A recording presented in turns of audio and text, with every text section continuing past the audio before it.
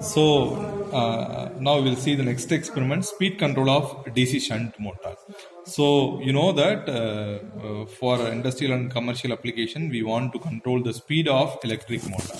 Okay, so here we are discussing about how to control the speed of shunt motor. So normally you have two methods.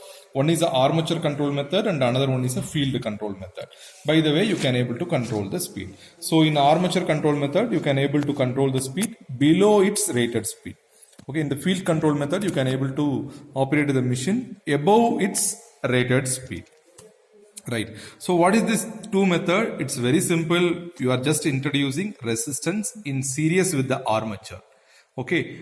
That is called as a armature control method. By the way, you can able to drop some voltage in the resistor. Rest of the voltage is applied to the machine. Okay. So by the way, by varying that resistance, you can able to control the voltage across the armature. Okay. That method is called as armature control method.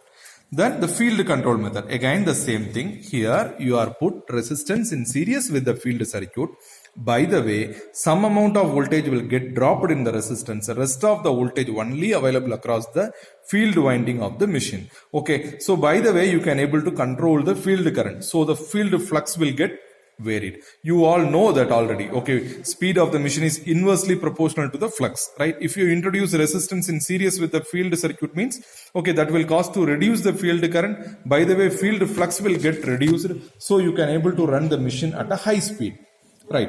Okay, we just simply discuss with the help of expression. Okay, simple expression, N is directly proportional to, okay, EB by phi. So that is so speed is inversely proportional to flux, right? So if you put resistance in series with the field circuit and if you are increasing that resistance, what happen? So your field current, okay, IF will normally start decrease.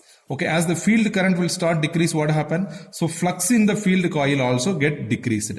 Okay, so phi f I just represent, or okay, that is also get reduced. As the phi f will start reduce means what happen? Your speed will start increase. So your speed, okay, so N will start increase, right? Okay, so in field control method, you cannot able to run below the rated speed. Why?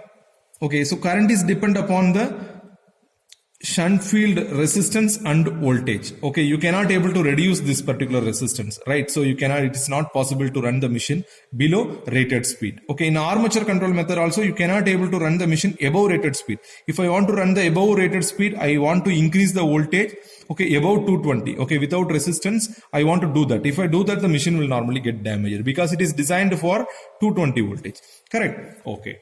So, you all know the range calculation, okay, based upon the nameplate details, based upon the rated current and voltage, you can able to calculate all these ranges. According to that, you have to select the meter, right? Okay, so let's see the circuit diagram of the machine. Okay, so this one is actually the DC machine. So again, you have a DPST switch, you have a fuse, after that you have a supply positive and negative. So positive is connected to a, okay, armature resistance first. Okay, so this resistance should initially, okay, kept at a maximum position. Okay, so here the current is actually entering, current flow through the complete coil. Okay, after that it will come to the top of this key.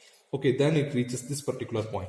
Okay, after that we are connected to a next rheostat. So here you are connecting. So current will start completely, okay, flow through this rheostat, then it will move to the top of this key, then after that it will go to this particular point. Okay, then we are connecting this to an ammeter. Okay, so this ammeter is to measure armature current. Okay, so then from the ammeter, okay, it is connected to a armature of the machine, right? Okay, so again from the armature of the machine, connection is actually taken and it is given to the field, right? So A2 and F2 are connected because it is actually a shunt machine, right? So from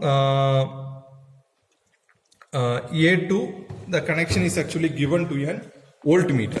Okay, so here in the circuit diagram, okay, across the armature, okay, you are connecting a voltmeter. So voltmeter is actually connected across the A1 and A2, right? So you can able to see here, right? So this is A1 and A2. It is actually connected across this particular thing.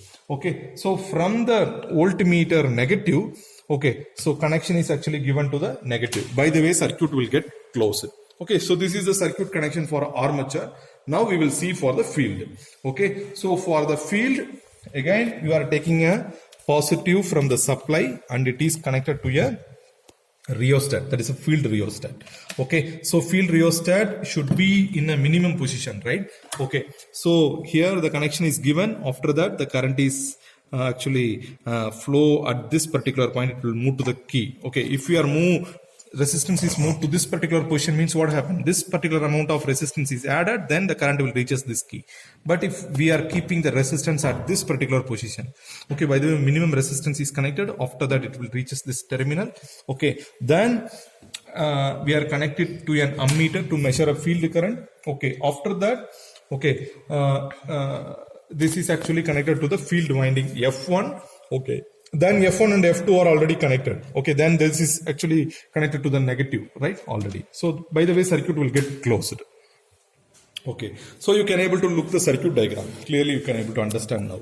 Okay, from the positive, we are actually connected to the armature resistance. Okay, so this two resistance should be in a maximum. After that, it is connected to a ammeter.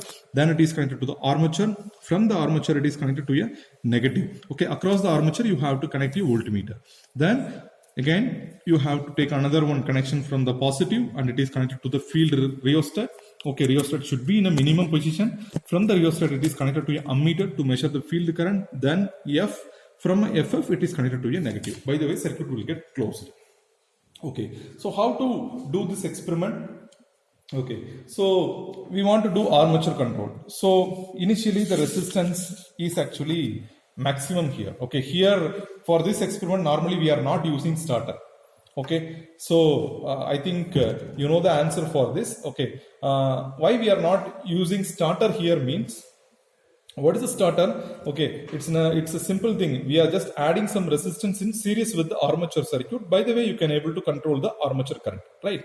Okay, so that is normally here we are doing with the help of this. Okay, control resistance itself. So there is no need of starter for this particular experiment. Okay, you should remember this. Right, so this resistance should be in a maximum position, then the field resistance should be in a minimum position. That is a precaution for this experiment. Okay, after that, if you provide supply to the machine, so what you have to do, so you have to vary this field resistance, and accordingly you have to take the speed, okay, voltage, current and all those things, right? So you can able to see the tabulation here. Okay, so for the armature control method, first you have to measure the field current. You have to fix the field current by varying the field rheostat. Okay, we have fixed the field current at some particular value. For example, it's a 0.2 in this reading. So after that, what you have to do? So you have to vary the armature current. How you are varying the armature current? Okay, so by varying this particular resistance, you can able to control the armature current. Right, and also you can able to vary the voltage also. Okay, armature voltage and the armature current you can able to see here. Okay, accordingly how the speed will get varied. Okay, you can able to see here. Then again you have to fix another one field current. Again you have to vary the resistance. Okay, from maximum to minimum value. For the different value of resistance, you have to take a reading. Okay, so this is the armature control method. Okay, next one is a field control method. In field control method, what you are doing? You are fixing the armature back EMF, that is the armature voltage, to some value. Okay, after that, by varying this resistance for the different value of this particular resistance rheostat positions, you have to take a reading. Okay, so by the way, you can, for the different value of field current, corresponding speed you have to measure. Okay, again for the next case, back EMF is equal to, okay, for example, a 180. Okay, for this 180 voltage. Okay, so you have to take the reading for the different value of field current by varying the field rheostat.